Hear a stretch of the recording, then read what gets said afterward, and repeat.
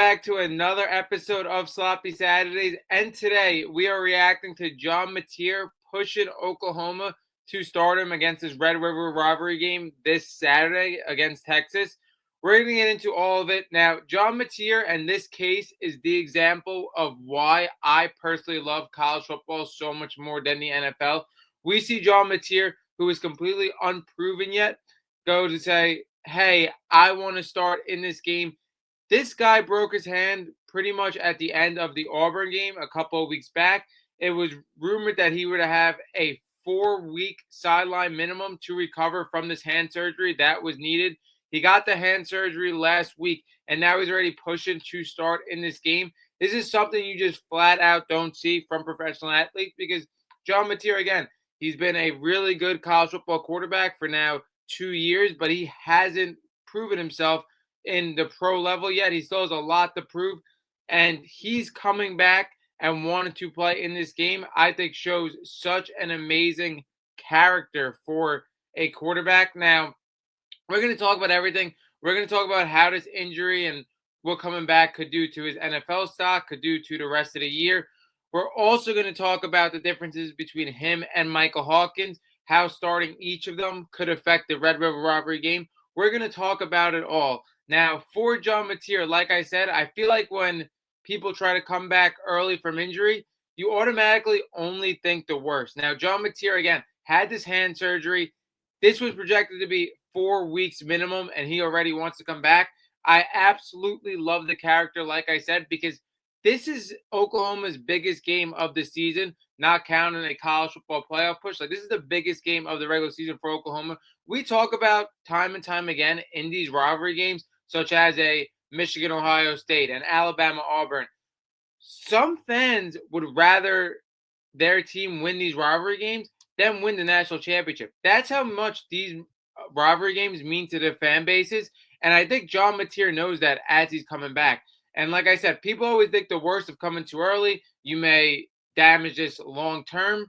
But John MATEER, I think, and people should really know the opposite side of this. Like, if John MATEER comes back and plays a really good football game down to the wire, win or loss, I think this shows NFL scouts and people around the world his character. And I feel like this is the biggest thing that NFL scouts completely miss on a player.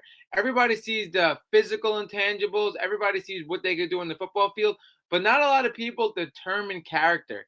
And what you really can do as a leader of a football team, as the quarterback position, coming back early, risking your draft stock, risking everything to come back for your team, one of the biggest rivalry games, you got to be uplifting everybody in this program to be inspired as well. Everybody wants to go just that much harder for you.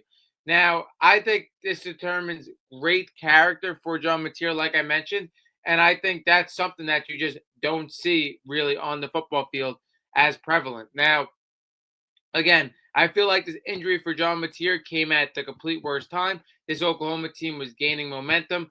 They still have everything in their hands, but you're talking about John MATEER as well as Dante Moore and some others who are taking advantage in this upcoming NFL draft class of a lot of bad quarterback play for people we thought that was going to be at the top of the class. And now these guys have stepped up. And then John MATEER gets his injury.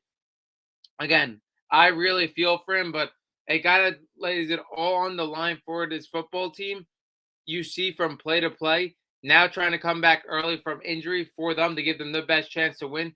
You just have to respect it and love it as a college football fan, no matter who you root for.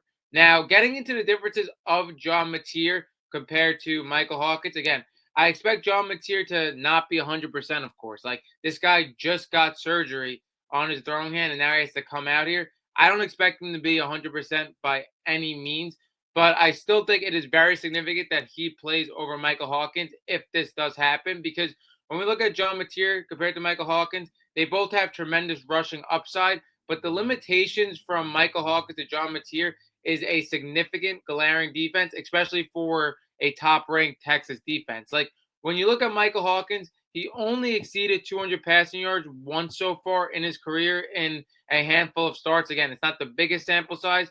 And Michael Hawkins is a guy where you have limitations in intermediate and deep passing games where John Mateer could throw at every single level. So I think this is a significant difference for a Texas defense who starts in this game. Like I said, it's pretty good for this Oklahoma team that both of these guys have tremendous rushing upside because we have told you guys time and time again that this Oklahoma team, from a rushing standpoint, has not been able to get anything really on the ground besides their quarterback. They had a huge transfer ad in Jaden Ott in the offseason.